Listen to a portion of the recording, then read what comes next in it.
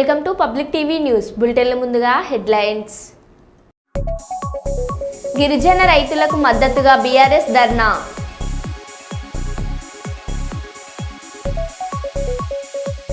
కడప పెద్ద దర్గాలో హీరో రామ్ చరణ్ ప్రార్థనలు.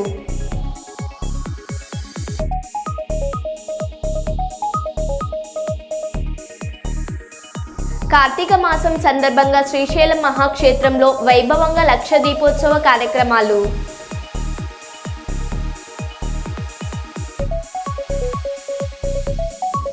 ఉమెన్ డెవలప్మెంట్ ట్రస్ట్ ఆధ్వర్యంలో వైద్య పరీక్షలు.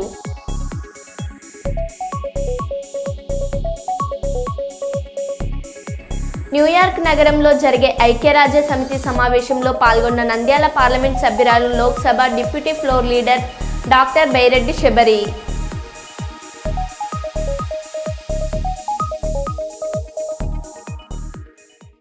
ఇక వివరాల్లోకి వెళ్తే, సంగారెడ్డి జిల్లా సెంట్రల్ జైలుకి చేరుకున్న బీజేపీ ఎంపీలు ఈటెల రాజేందర్, డీకే అరుణ లగజర్ల కేసులో జైల్లో ఉన్న 16 మందితో మలకాత్ అయిన బీజేపీ నేతలు.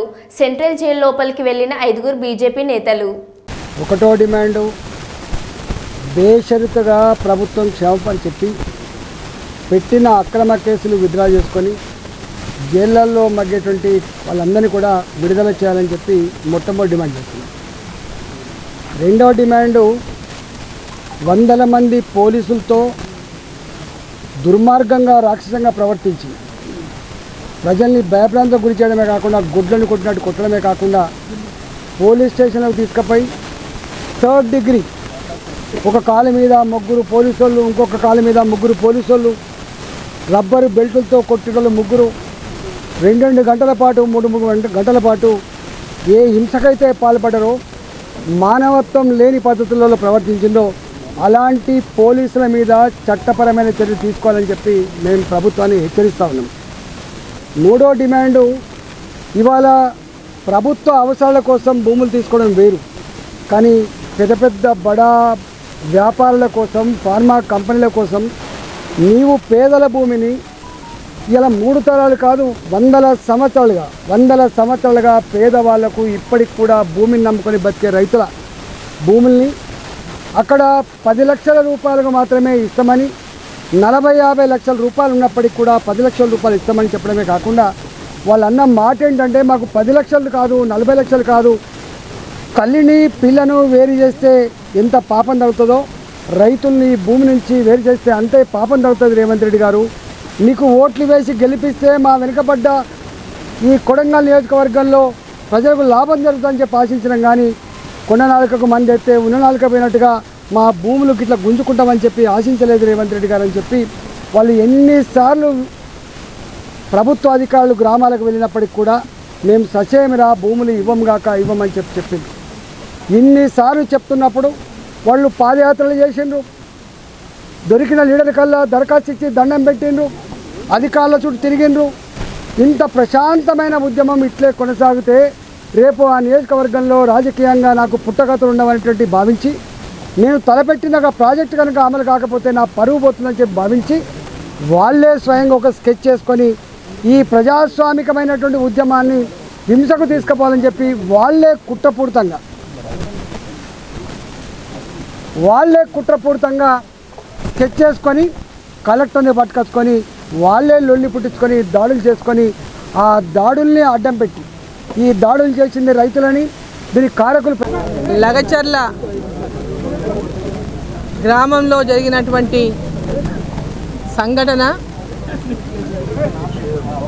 ఆ రోజు 12వ తేదీ నాడు జిల్లా కలెక్టరు మరి ఇతర అధికారులతో కలిసి అక్కడికి పబ్లిక్ హియరింగ్ పోయినప్పుడు సందర్భంగా అది ఆ గ్రామాలు ఏవైతే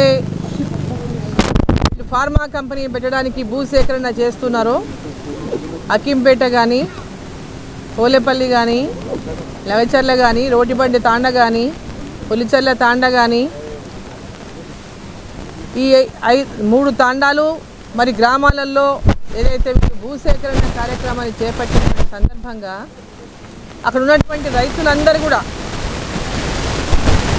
ఫార్మా కంపెనీకి భూములు ఇవ్వడానికి నిరాకరించిన నేపథ్యంలో వాళ్ళు అనేక నెలలుగా దాదాపు 8 నెలలుగా 8 నెలలుగా అక్కడ ధర్నాలు దీక్షలు చేస్తూ అక్కడ ఫార్మా కంపెనీ వద్దని మా భూములు ఇయ్యమని పెద్ద ఎత్తున రైతులు అక్కడ నిరాకరించిన నేపథ్యంలో కూడా బలవంతంగానైనా భూములు లాక్కుంటామని అక్కడ ఉన్నటువంటి కొందరు అధికారులు చెప్పడంతో అక్కడ ఉన్నటువంటి రైతులు ఆ యొక్క పబ్లిక్ హియరింగ్ అంటే అక్కడ ఏదైతే పబ్లిక్గా విచారణ చేయడానికి కలెక్టర్ గారు అక్కడికి పోయిండ్రో అక్కడికి ఆ రైతులు ఎవరు కూడా రాకపోవడం, ఆయా గ్రామాల రైతులు ఎవరు కూడా పబ్లిక్ హియరింగ్ రాలేదు, హాజరు కాలేదు.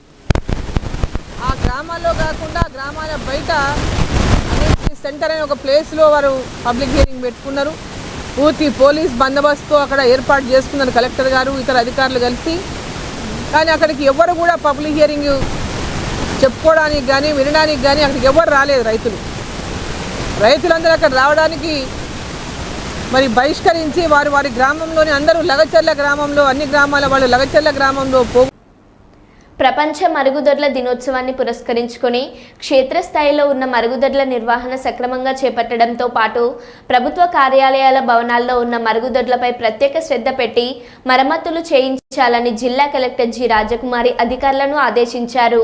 సోమవారం కలెక్టరేట్లోని పీజీఆర్ఎస్ హాల్లో ప్రజా ఫిర్యాదుల స్వీకరణలో భాగంగా మరుగుదొడ్ల నిర్వహణపై కార్యాచరణ ప్రణాళిక రూపొందించి ఆ మేరకు చర్యలు తీసుకోవాలని అధికారులకు దిశానిర్దేశం చేశారు.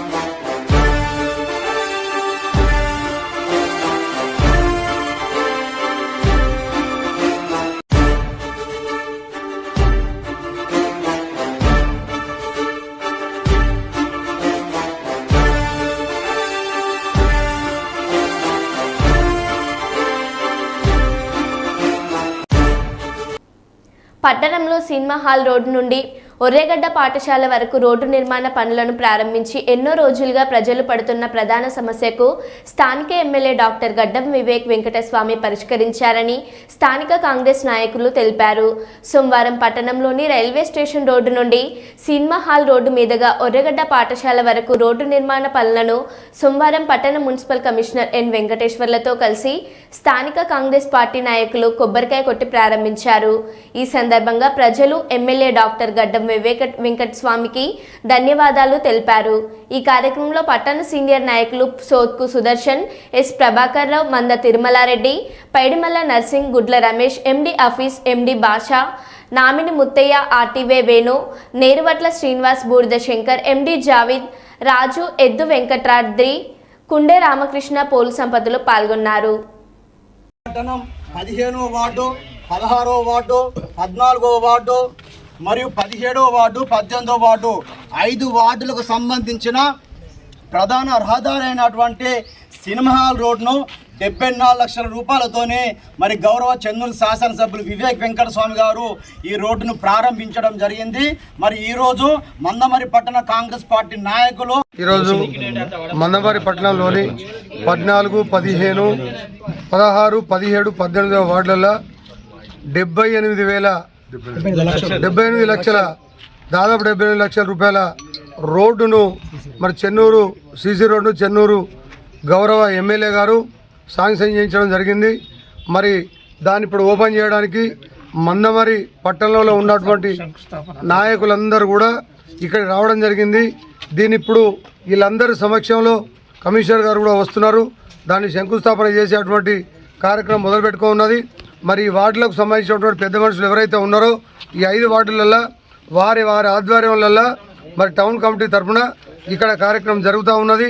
చెన్నూరు శాసనసభ్యులు పెద్ద మనసుతోటి, ఎంపీ గారు, యువ నాయకులు వాళ్ళు పెద్ద మనసుతోని ఈరోజు ఈ చెన్నూరు కాన్స్టిట్యున్సీలో ఉన్నటువంటి ప్రాబ్లమ్స్ ఏవైతున్నాయో ఇప్పుడు వాళ్ళ ఆ ఊర్లలో ఉన్నటువంటి పెద్ద మనుషులు కార్యకర్తలు ఎవరైతే ఉన్నారో వాళ్ళకు బాధ్యతలు అప్పచెప్పి మీ ఏరియాలలో మీకు ఏదైతే ప్రాబ్లం ఉన్నదో సైడ్ డ్రైన్స్ కావచ్చు, మరి సీసీ రోడ్స్ కావచ్చు, వాటర్ కోసం కావచ్చు, కరెంటు కోసం ఏ ప్రాబ్లం ఉన్నా మీరు నా దృష్టికి తీసుకొస్తే అది ఎంత డబ్బైనా కానీ తీసుకొచ్చే బాధ్యత నాది, చేపించే బాధ్యత నాది, చేపించుకునే బాధ్యత మీదని చెప్పడం జరిగింది.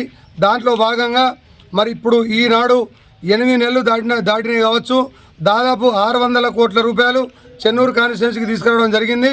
గత ప్రభుత్వం 10 ఏళ్ళు ఉన్నా కూడా అలా సగం కూడా తీసుకురాలే ఫండు. అసలు డెవలప్మెంటే లేదు. ఎక్కడ రోడ్లు అక్కడనే ఉన్నాయి, ఎక్కడ డ్రైన్లు అక్కడనే ఉన్నాయి, వాటర్ ప్రాబ్లం అట్లే ఉంది, కరెంటు ప్రాబ్లం అట్లే ఉంది. ఇప్పుడు మరి ఎంపీ గారు, ఎమ్మెల్యే గారు వచ్చిన తర్వాత ఈరోజు డెవలప్మెంట్ కార్యక్రమం అనేది జరుగుతూ ఉన్నది. ప్రజలందరూ కూడా చెన్నూరు కాన్స్టిట్యున్సీలో ఉన్నటువంటి అందరూ కూడా సంతోషపడుతున్నారు. నాయకులు, కార్యకర్తలు కూడా ముందుకొచ్చి ఆయన ఆదేశానుసారం ఆయన ఏదైతే మాకు ఆదేశాలు ఇచ్చిండ్రో మన శ్రీపతి నగర్ ఏరియాలోని 75 లక్షలతోటి సీసీ రోడ్డు ప్రారంభోత్సవం చేస్తున్నాము. ఈ యొక్క శంకుస్థాపన మన ఈ వార్డు వాళ్ళు నేను వచ్చిన కొత్తలో చాలాసార్లు ఆఫీస్కి వచ్చారు. ఈ ఏరియాలో చాలా ఇబ్బంది ఉన్నదని ఈ యొక్క విషయాన్ని గౌరవ ఎమ్మెల్యే గారికి మన దృష్టికి తీసుకుపోగా తక్షణమే స్పందించి ఈ యొక్క సిఎస్ఆర్ నిధులతోని ఇక్కడ 75 లక్షలతోని ఇక్కడ రోడ్డు వేయమని ఆదేశించున్నారు.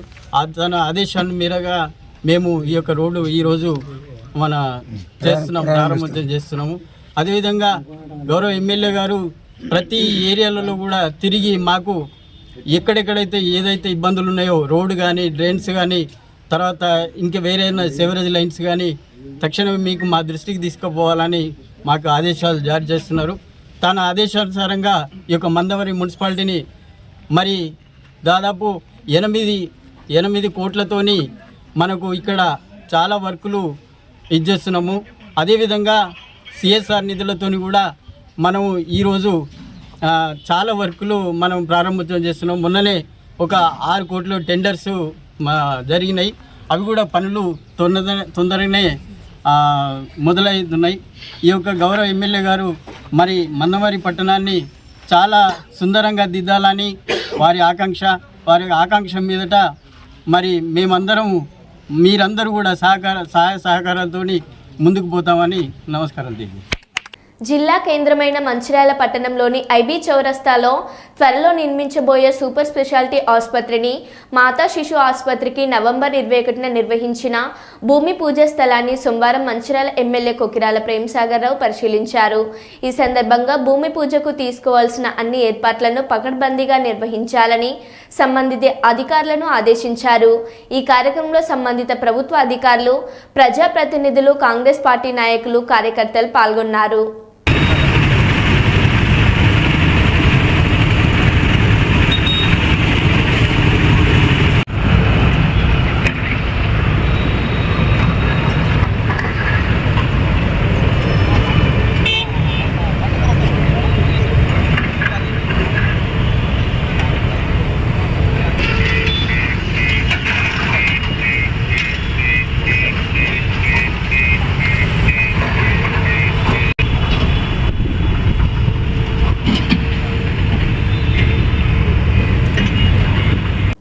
అమెరికాలోని న్యూయార్క్ నగరంలో జరిగే ఐక్యరాజ్య సమితి సమావేశంలో పాల్గొన్న నంద్యాల పార్లమెంట్ సభ్యులు, Lok Sabha deputy floor leader doctor Byreddy Sabari, భారతదేశ ప్రధానిగా మన దేశానికి ప్రాతినిధ్యం వహిస్తున్న నంద్యాల ఎంపీ డాక్టర్ బైరెడ్డి శబరికి తెలుగు ప్రజలు కూడా అమెరికాలో శుభాకాంక్షలు తెలిపారు.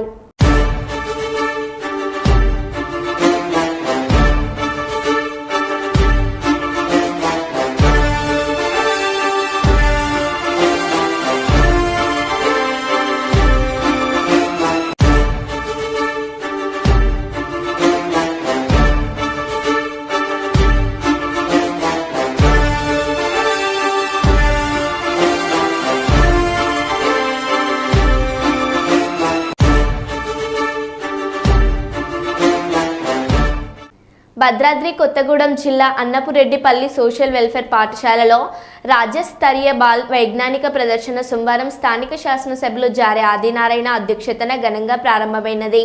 ఈ కార్యక్రమానికి ముఖ్య అతిథిగా ఖమ్మం పార్లమెంట్ సభ్యులు రామసహాయం రాఘురామరెడ్డి పాల్గొన్నారు. ఈ సందర్భంగా జిల్లా విద్యాశాఖ అధికారి వెంకటేశ్వరాచారి, జిల్లా సైన్స్ ఆఫీసర్ జగపతిరాజు, వరంగల్ నియోజకవర్గ స్థాయి ఉపాధ్యాయ MLC Narsireddy, social welfare zonal అధికారిని స్వరూపరాణి గారు మరికొందరు ప్రముఖులు జ్యోతి ప్రజ్వలన చేసి ఈ సదస్సును ప్రారంభించి భద్రాద్రి కొత్తగూడెం జిల్లా స్థాయిలో పాఠశాలల నుంచి విద్యార్థులు ప్రదర్శించిన వివిధ రకాల ప్రాజెక్టులను పరిశీలించి అభినందించారు.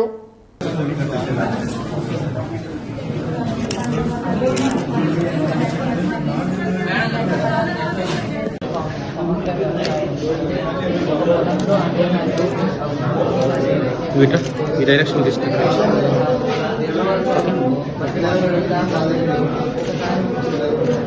ఓకేనా, ఫొటోస్ వస్తుంది. ఇప్పుడు ఎప్పుడైనా అప్డేట్ చేయాలి, కలెక్టరేట్ పంపించాలి.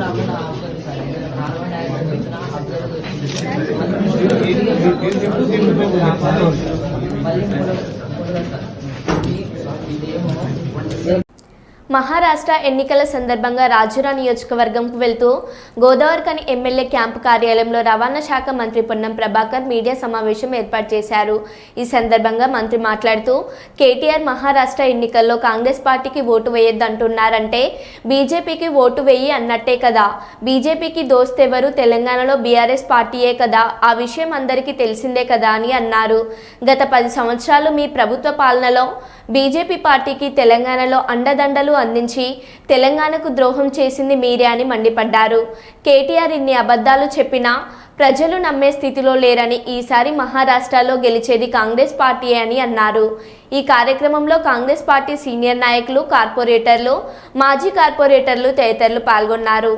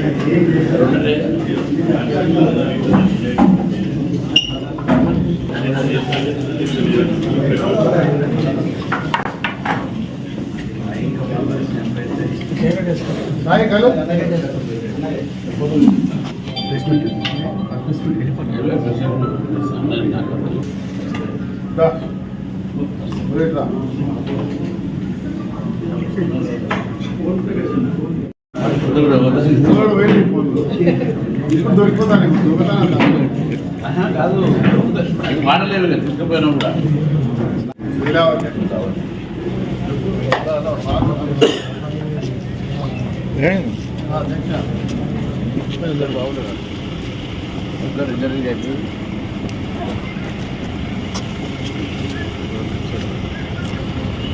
మహారాష్ట్రలో 24 జరగనున్న ఎన్నికల్లో రాజూరా కాన్స్టిట్యున్సీకి సంబంధించి పొద్దు గౌరవ శాసనసభ్యులు రామగుండం గారి దగ్గర ఆగడం జరిగింది.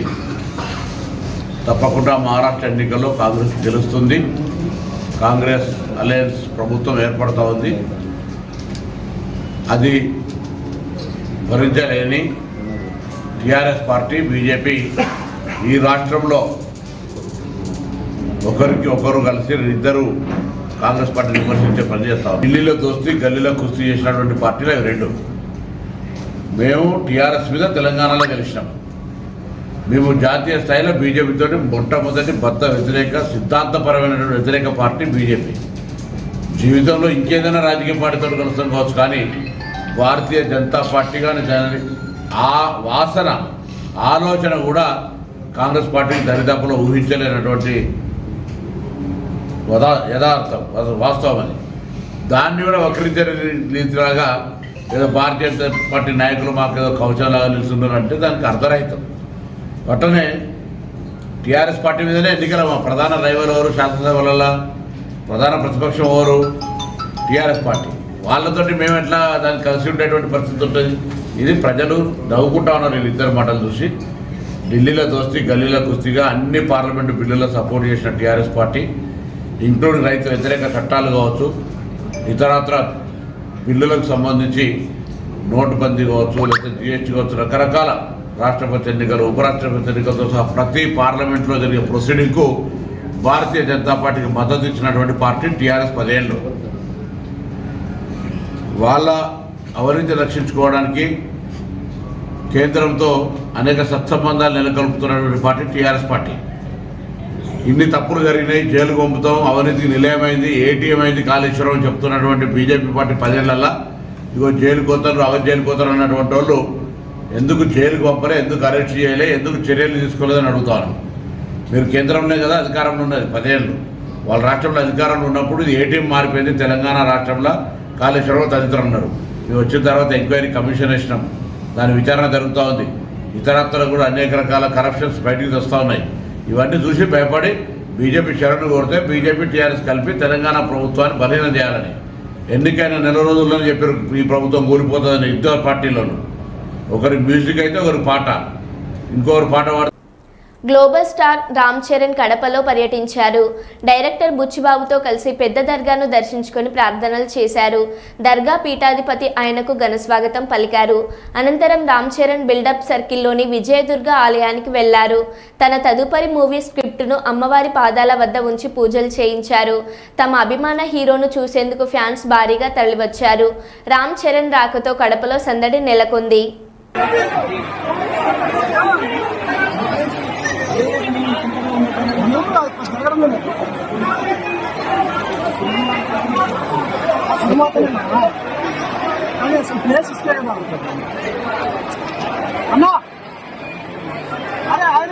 రామ్ చరణ్ నమ్మటం లేదు.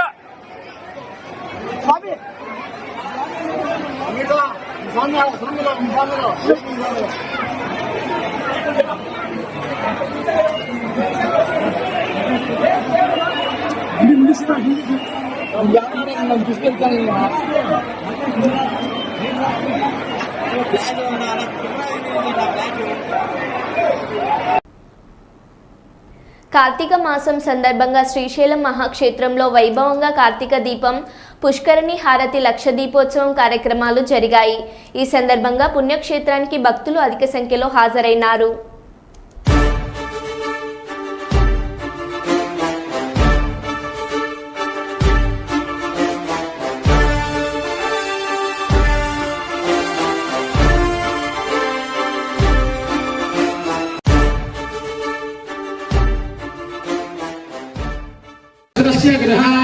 అక్షతాన్ సమర్పయామి అలంకరణార్థం ఆభరణార్థం హరిద్రాది కుంకుమ చూర్ణాని సమర్పయామి పుష్పైః పూజయామి. ఓం నిధనపతయే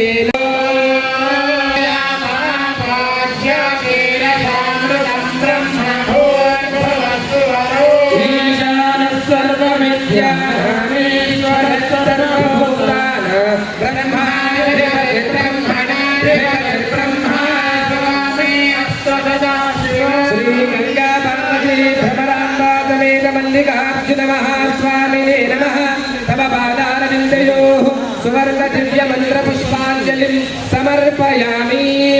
ఆత్మ ప్రదక్షిణ నమస్కారాన్ సమర్పయామి. ఛత్రమాచ్ఛాదయామి. ఏడుకొండలవాడ వెంకటరమణ గోవింద గోవింద.